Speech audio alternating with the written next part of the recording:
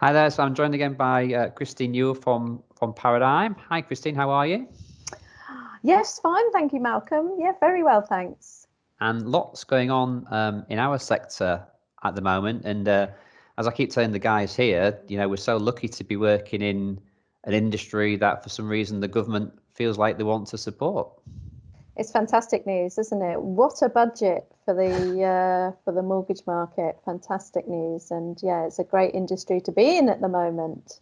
Why do you think we're being picked on in a nice way, as opposed to other sectors such as your hospitality and things that are just getting sort of left further and further behind?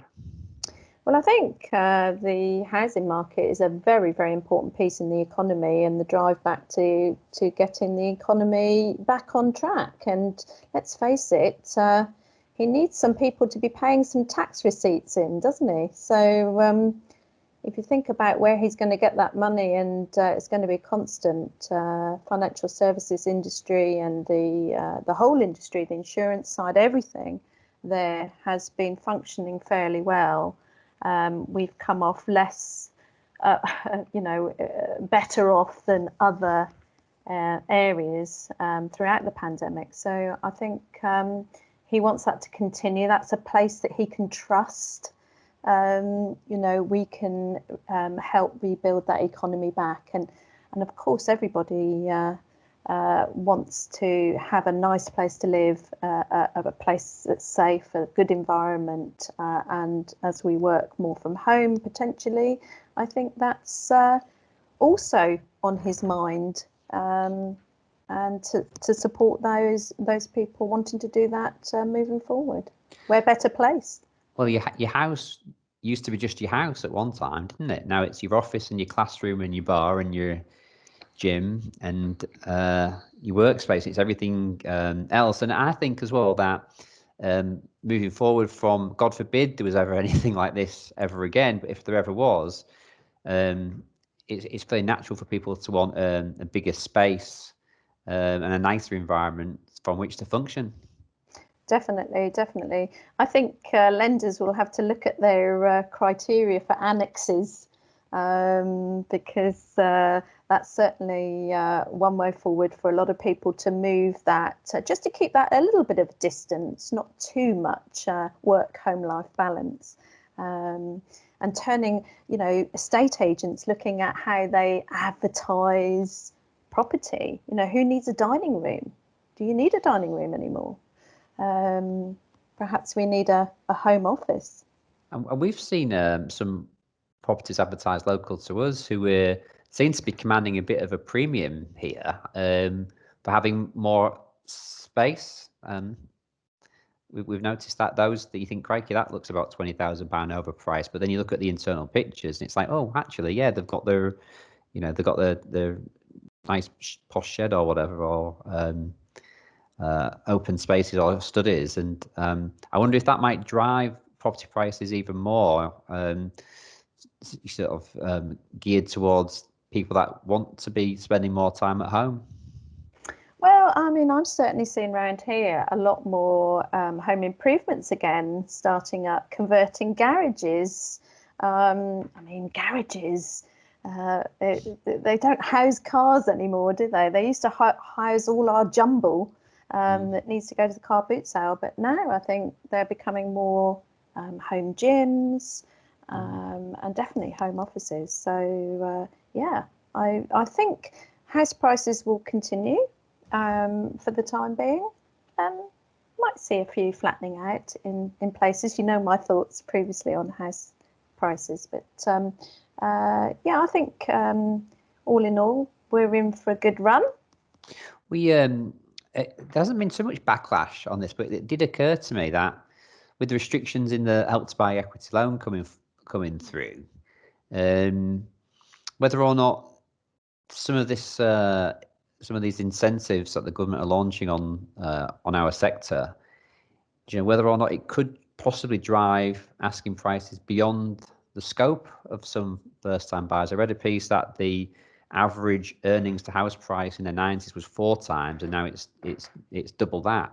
So if we've now got all these extra potential buyers who can maybe buy a property with a 5% deposit rather than 10%. We've got even more consumer demand and still a chronic stock shortage in terms of available properties. So it just sounds like a recipe for further price rises this year.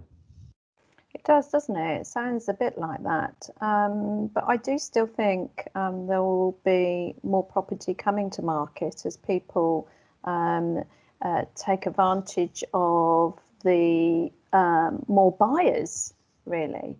Well, you see your neighbour down the street putting their house up, as I said there, for 20,000 more than what you possibly thought, and you might be tempted yourself. Yeah, absolutely. I mean, we tend to be a little bit sheepy, don't we? When we see things and we think, are we missing out on something? As soon as we see buy one, get one free, we tend to all jump on that bandwagon. So, yeah, I do think it could be a recipe for increased house prices. But I think there is some controls in place as well with the stamp duty tapering and some lessening off. This is just a little bit of a boost, again, for us to move the economy forward.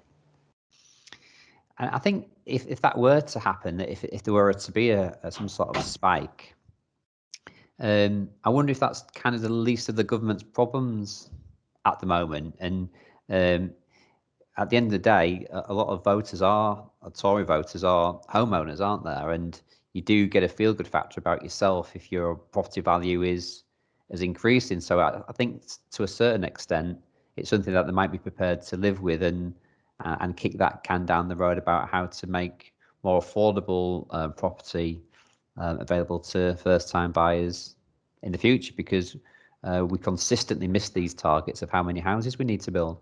Yeah, definitely. I mean, I think Homes for England, they're putting something like £7.9 billion back in to create a further 130,000 homes. They're looking for people, more partners, less of those bigger developers, looking at smaller developers that can look at things like more modern methods of construction, the green sort of type. We've got to cut our domestic green emissions from houses. So I think there's more there that the government's got their eye on, and also it gives them a chance if the economy does pick up from their boost for the housing market. It gives them a chance later on to probably sort out those tax rises that they've sort of initiated now, but later on down the line they might be able to cut back on those just as we go back to the voting polls, dare I say it.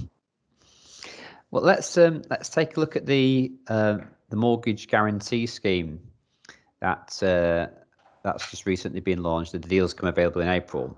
So like all great things, this isn't a new idea whatsoever, is it? This is something that essentially a rehash of something that we've seen before. Yes. So we saw the Help to Buy 2, I think it was called, Son of, back in 2013. The market was a slightly different place there because it was a little bit around the liquidity side rather than pandemic problems, which have caused different capacity issues in terms of working from home this time. So back in 2013, the government launched a very, very similar scheme to encourage lender appetite really back into that higher loan to value. So to help protect them against default, they said they would pick up the cost. Now, you know, mortgage indemnity goes back years and years ago. When I first started in financial services, you had to learn about the higher lending charge, mortgage guarantee premiums, and these were all provided by insurance companies at the time. So Avivas or Royal Londons, all of those type of people provided these schemes. I think the one I used to use quite a bit through Halifax at the time when I was working there was Commercial Union. if anybody remembers them, or old enough to remember them. But again, it was charged over and above the borrowing at 75% loan to value. And it was a privilege. If you wanted to borrow at 95%, you had to pay a slightly higher premium on an insurance. Yeah, well, this was it. Yeah, I remember presenting those mortgage illustrations, Christian, at that time, and you'd almost certainly have a valuation fee to pay. Most times, a lender arrangement fee to pay, and then you'd see this £1,500 or whatever mortgage indemnity guarantee premium, and you had to explain to the customer that it was an insurance which didn't protect them as a borrower whatsoever. That never went down particularly well. And they had to pay it. Yes, you had to pay for the privilege of borrowing at that level. And quite a few lenders would encourage you to save with them, to save your deposit for a number of years, and therefore wouldn't have to pay such a higher premium on that. And all this mortgage guarantee, this mortgage indemnity, is one of those schemes that the government is saying, well, we'll back that.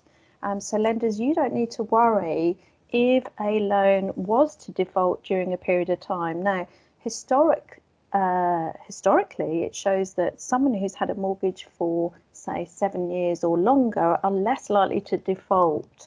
So the government will be looking at longer sustainability type rates as well within that. So to help the borrower get through those first early stages of potentially problems with paying their mortgage. So more things like 5-year type products and beyond within that. But yes, interesting. And we await to see what the rates are going to be like in April.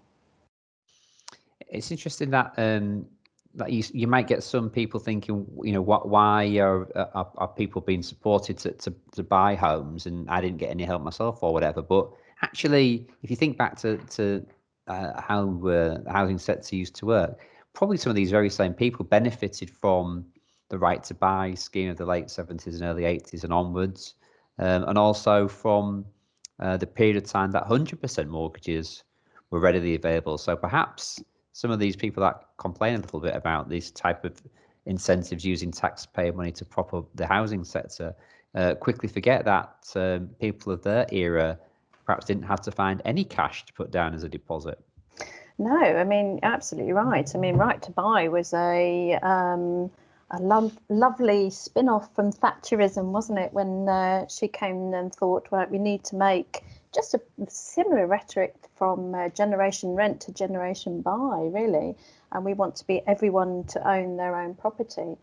And lots of beautiful, some very lovely right to buys in central London, or council properties were bought by people who could never in their wildest dreams have afforded to buy in the likes of Kensington or those areas now, and fully benefited from an increase in value of those properties, and then never have ever had to find any cash from then on. So really the sector's always been supported? I think so, yeah, definitely. So in terms of this sort of specific scheme then, customers sometimes say, when we maybe have to explain or educate why a particular customer can't get a mortgage for some reason, it's always about the risk of repossession somewhere down the line. That's what the lender's thinking about, whether that's you're statistically more likely to fall into arrears because you're self-employed or you've got a poor credit history or something like that. And often people come back and say, well, yeah, but the bank would get the money back if it's repossessed and make a profit. But actually, as I try and explain to people, it's a complete disaster for a lender to have to take a property into possession, because they've got to, I guess, report on this data back to the regulator, and then have the inconvenience of having to have the expense of taking a property into possession and insure it and secure it and then market it for sale. So it's the last thing a bank would ever want, to take a property into possession.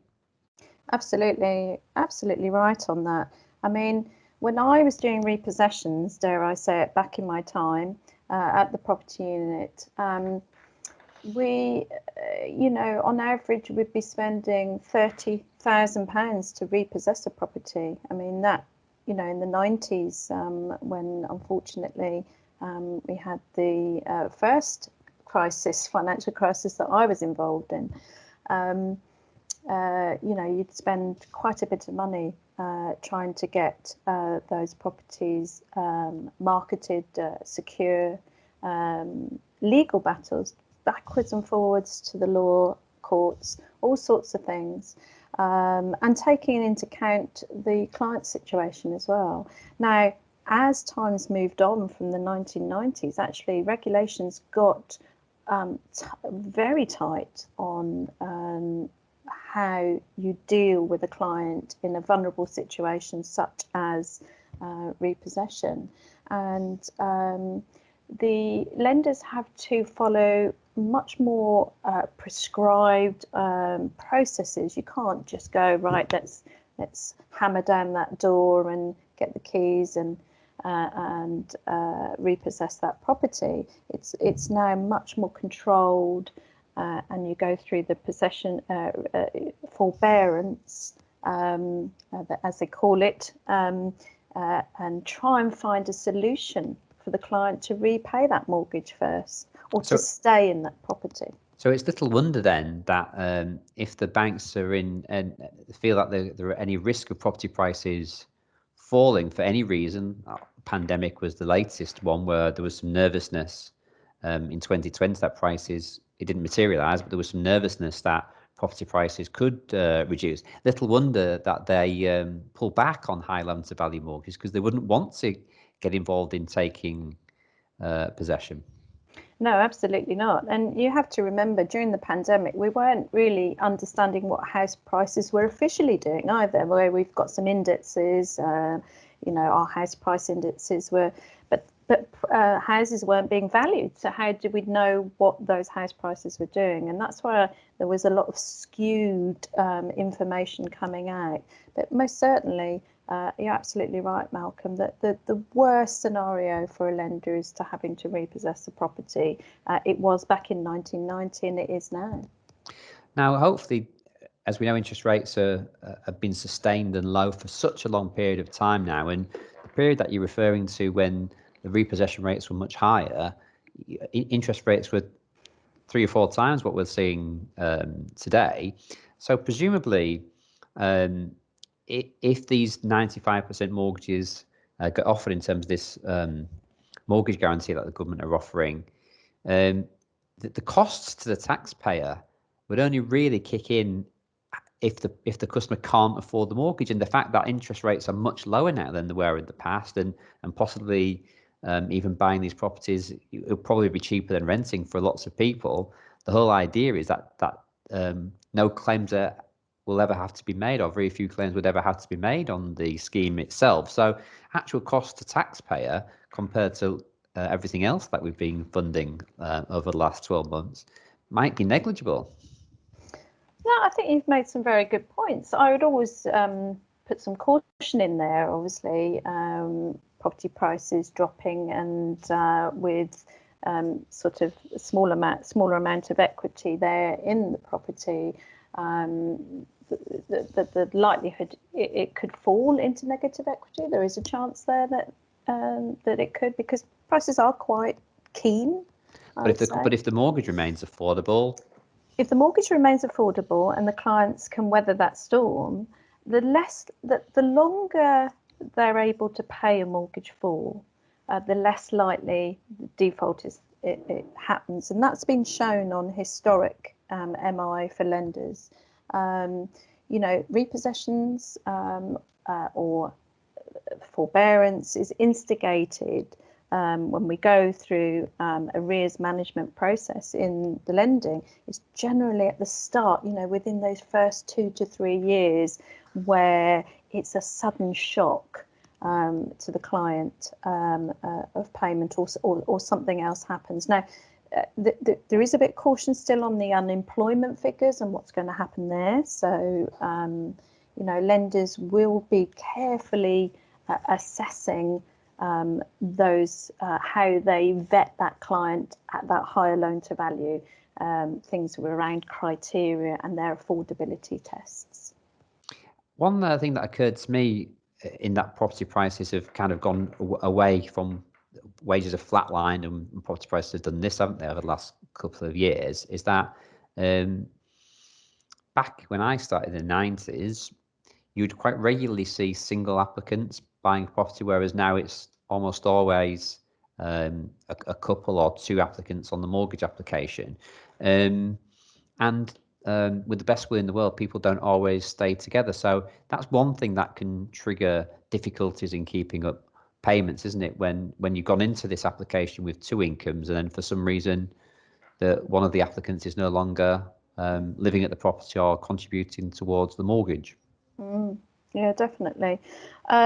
These scenarios are very common, and they're common regardless of whether you're a first-time buyer at 95% or have been locked down with someone that you find you can't be locked down with anymore. Of course, not in my case, I'd like to say, but you get to that point where you think, well, you're going to have to move now. Lenders will assess those incomes and have assessed them both for affordability. So if the loan is unaffordable, if one client is removed from that mortgage, they may not allow that client to be removed from that mortgage application or from that mortgage covenants. They call it a covenant. So you won't be released from your duty to pay that mortgage.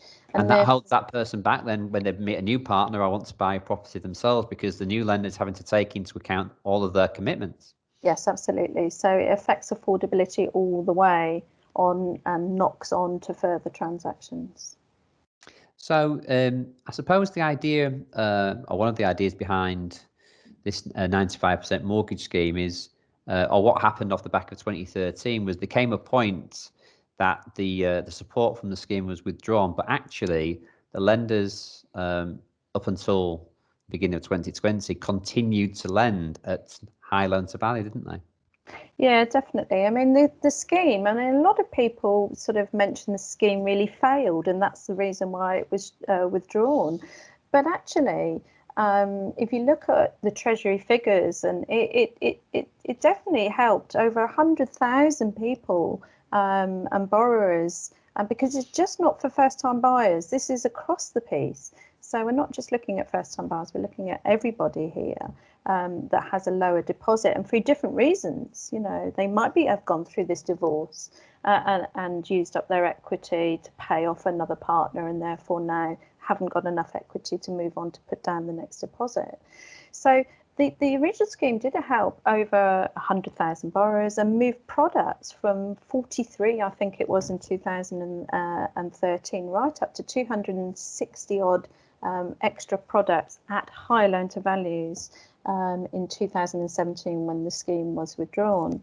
So if you say in itself, did it help? I would say definitely put a tick in the box to increase that appetite. Yeah. And hopefully, off the back of this, if the arrears data stays low and the banks can make a profit from this high loan to value mortgages, that it will continue after the end of the scheme coming to its end. Yes, we're December 22, I think, aren't we? Yes, it's definitely December 22. Is the scheme end date. So we've got sort of just over a year, haven't we, to look at what's happening with that. And yeah, I think it will definitely be something where we'll probably see some more 95% and higher loans coming in at that point. I think one thing during the course of the pandemic was that because we've not been able to go out, people have got more savings. A lot of people got more savings than they would normally expect to have. So as well as kind of pent up demand from previous years, presumably now we're going to have people new to the market, first time buyers that had no, would have struggled to have raised any cash for a deposit. Whereas now what we're classing as accidental savings, people have got more money in the bank than they would normally have. And and all of a sudden we've potentially got a whole new bank of people that might want to get onto the property side with the ability to do so. Yeah, I mean, and if you think of keeping it in the bank for zero interest, really, just about, when you could be investing in bricks and mortar, then it seems a good bet. So yeah, we've got that, and we've got we're seeing some increasing in things like equity release from Bank of Mum and Dad or Bank of Nan and Gran to also unlock inheritance early. So we're seeing some of that as well, where first-time buyers particularly are being helped with deposits. Well, I think that comes under my sort of life's too short category, is that, if you can fast forward an inheritance or even skip a generation with it, if nothing else, this has taught us we don't know what's around the corner, do we, in with life and health and all those types of things. And obviously it's nice for those more mature previous homeowners to help the next generation onto the ladder. It's a nice feeling if you can help a family member out of a rental trap and into home ownership. Yeah, definitely. I think the pandemic's done one thing. We always used to say, live life to the full, you don't know what's around the corner. And it's very difficult to picture sometimes that, isn't it? But I think the last year has certainly framed a picture of living life to the full. As soon as we get out on, there'll be plenty of hangovers, I think, on the 22nd of June, if all goes to plan. Hopefully, fingers crossed. And why do you think they're looking? Because obviously a lot of the schemes that have been out in the past, like for example, we've got Help to Buy equity loan with some changes this year. Why do you think they've opened up this new scheme to home movers as well as first-time buyers? Is it just to try and get the maximum effect from the scheme? Well, I think it's just playing fair, really. I mean, we've got lots for first-time buyers, and that's great. I mean, having a healthy housing market needs first-time buyers. But also, there are people there with lower equity, unable to move. And so why not? They should be treated as fairly as someone who's got a lesser deposit because they're first-time buyers or not being able to save. So I think he's done a mirror image of that 2013 scheme and been very fair. And then sort of finally, we're starting to find in some parts of the country that people are now struggling to get the size of property they want, given the new Help to Buy equity loan restrictions. It's difficult to get a 3 or 4 bedroom property if that's what your family needs for some of these new restrictions. So what are your thoughts on how those restrictions might impact the new build market? Yeah, that's an interesting question, Malcolm, because obviously regional caps. Now, the regional caps are based on 1.5 times the average property price in that area.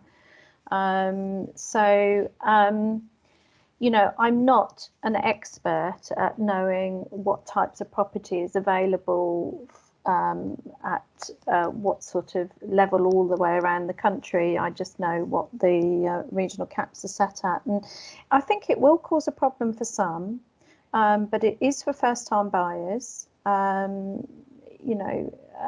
So I wouldn't say that you're not necessarily looking at big families necessarily straight away that will need 4-bedroom houses. I mean, I might be totally wrong here.